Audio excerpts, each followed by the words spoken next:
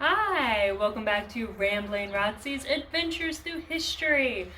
We're going to be talking about an important thing today, so make sure you have your uh, wings ready and you're ready for the breeze in your face because we're going to learn about Ohio's role in being first in flight. A lot of people in North Carolina like to contest why we are first in flight and not themselves, and we'll find out why. So the pioneers who settled Ohio did not really just stop at settling Ohio and turning Ohio into what it is today with the canals and the mills and everything else. They were pioneers in every field. Ohio is not only home to a lot of well-known inventors and presidents, it's also known for its role in aviation and space exploration. It's kind of funny how people born in Ohio can't seem to wait to leave. And that's kind of a funny little joke that people say because they like to go off into space or on an airplane. But I like to think that the heart of Ohio really teaches so many people to have a great love of exploring and a sense of adventure and wanting to find new ways of doing things. It's that pioneer spirit that's kind of helped that role and allowed Ohio and Ohioans to go on to do so many great things. So as a matter of fact, the Wright brothers, who invented the first airplane, were born and lived in Dayton, Ohio. The Wright brothers had their first successful flight in 1903.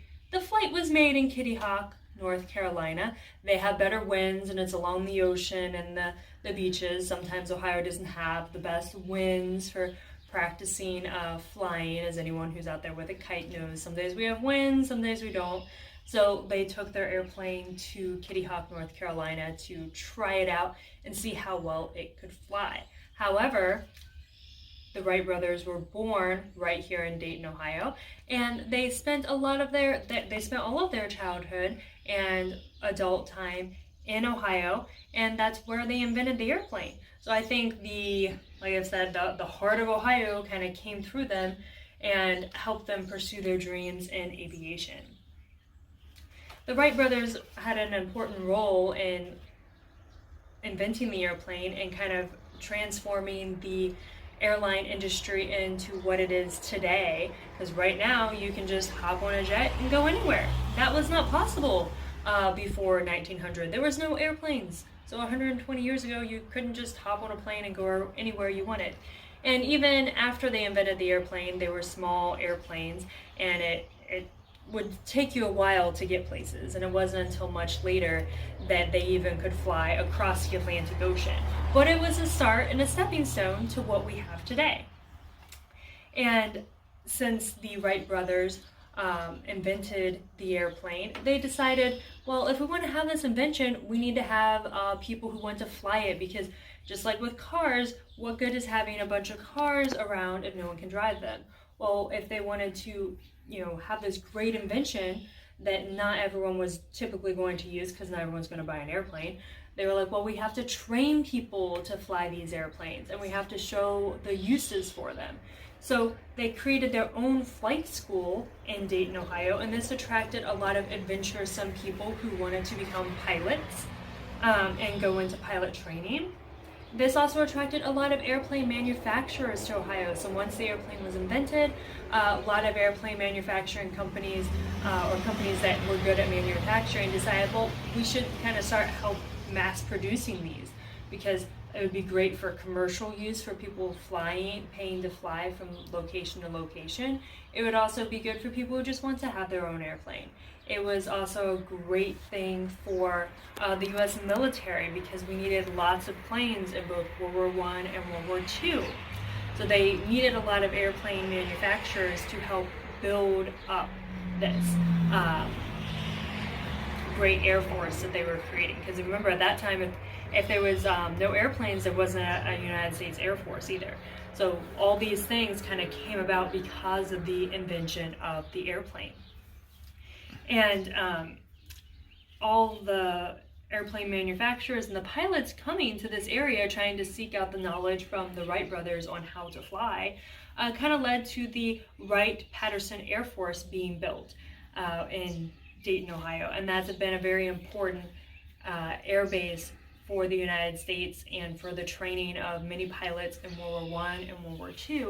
And that area also had a lot of women pilots being trained during World War II to help transport those planes around to different bases and learn how to fly, and many of them were also flight instructors for the men who went to war. So there's a lot of great history with that, and I'll get into that segment in another episode. However, even though we were first in flight and aviation, we continued on with our flying. We didn't want to be limited to just our atmosphere. We had to continue and go out and above. So furthermore, Ohio is home to over 25 astronauts. That's a lot, because there haven't been a lot of astronauts in like the history of space exploration. The most famous being John Glenn and Neil Armstrong, two famous Ohioans that made some first journeys in space. So all this history of Ohio's aviation history, there's so much of it, and there's so much of it that you can still go see today. There's remnants of old airplane manufacturing plants. There's the homes of these people, such as the Wright brothers and John Glenn and Neil Armstrong, where you can tour their home and see how they lived and grew up and what caused them to come up with these cool inventions and ideas, and being really brave and deciding to go into space and see everything.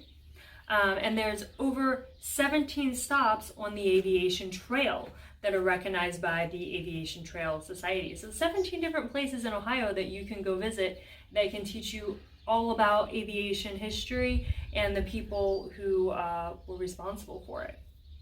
There's also a really cool little brochure that you can collect stamps in to remember all your adventures. And if you collect 7 stamps, 7 of the 17 stops, you can get a collectible Wilbur bear at some of the locations. And I'm really excited to do that. We've hit up a couple of the stops on the Aviation Trail already, and I can't wait to do a few more and get my twins a cool aviation Wilbur bear for Wilbur Wright. So I hope that you take some time to learn more about the aviation sites in Ohio. I'm going to be talking more about the Aviation Trail and naming many of the sites coming up. I have them all listed in my book, and in the next coming episodes we'll talk about those places specifically and what cool things there are to do. So I'll get into those a little bit later on, and I'll also get into a lot of the cool airports that we have around Ohio and things that you can do at them, such as see airplanes and see old airplanes, and maybe even take a ride on an old airplane. Thank you for tuning in, and I hope you tune back in and listen to the Aviation Trail and make your own marks on the trail.